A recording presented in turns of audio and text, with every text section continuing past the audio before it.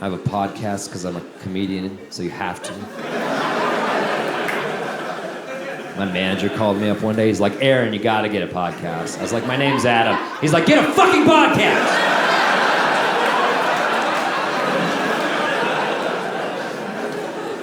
So I have a podcast. It's called The Grolic Saves the World. It was, thank you. It was recently voted best podcast of all time by the Smithsonian and the MacArthur Foundation. It's crazy. They just did a vote, and we won. We did not see that coming. Very cool of them. Over the pandemic, we recorded most of our episodes over Zoom, like I'm sure a lot of you did most of your work over Zoom. It was safer, made sense. But I remember one day in the middle of it, we were getting a little squirrely. Turns out we wanted some human contact. And we're like, why don't we just podcast outdoors in a park somewhere? We have all this cord. We all have our own mics. We could socially distance and podcast outdoors like the pioneers used to do. So we agreed we'd meet at Cheesman Park here in Denver. It's a very central, beautiful park in Denver. We'd agreed we'd meet there to podcast outdoors. And in the text thread, we're like, let's just meet up where 11th Avenue intersects Cheesman. Right where 11th hits Cheesman Park, that's where we'll meet. And so I was the first one to arrive. And I was walking up 11th towards Cheesman. And there was a man standing right there in front of where 11th hits Cheesman, yelling things that popped into his head at everyone who came into the park. He was an unofficial, unpaid park greeter, yelling things at all who entered. And I don't want to judge anyone's station in life. I want to describe this man carefully, but he looked like he was native to the park. He was endemic to Cheesman Park. He was a park man. He was of the park. He was, in fact, a park man. And the park man saw me. And he goes, oh, get a load of this sexy lumberjack-looking motherfucker. Which was all right. Hey, I didn't see that coming. Thanks. Thanks, buddy. Got a little more pep in my step. Thank you for that odd compliment. That's what I thought internally. Externally, I stared straight at the ground, ignored him completely, because he's a fucking park man yelling weird compliments at people, and that's what you do. I was raised in this city, and my parents taught me never to engage with park men, stare straight at the ground, and walk past them and hope the interaction goes away. So he yelled what he yelled at me. I stared right at the ground and walked right past him, but he was standing, essentially, where my friends and I had agreed to meet up. So he goes, oh, get a load of this sexy lumberjack-looking motherfucker. I ignored him, walked 10 yards past him, and then just stood there.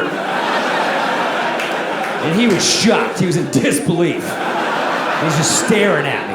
Like, are you really gonna say nothing? And he goes, yo, did you hear me? I kept staring straight at the ground. He goes, I said you're a sexy lumberjack-looking motherfucker. And now things were escalating.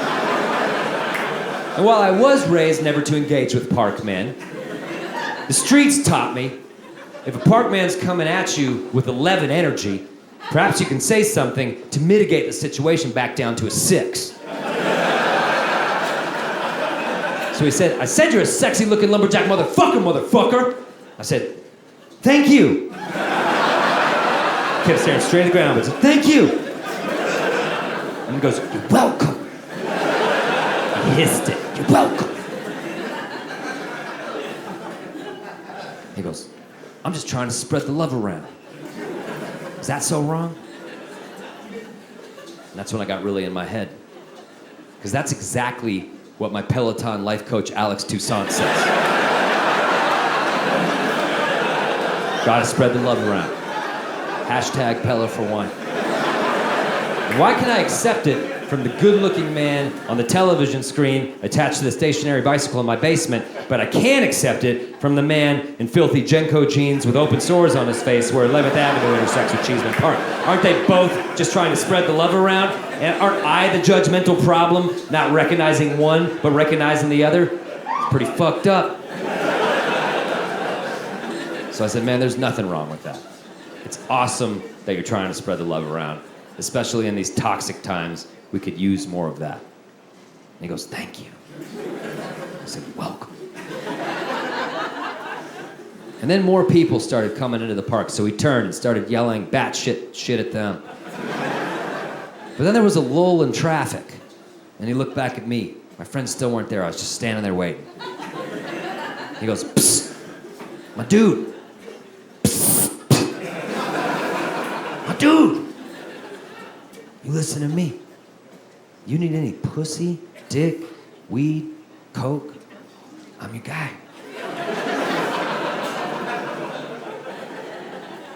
Long story short, I did not podcast with my friends that day. I started a new podcast with that guy.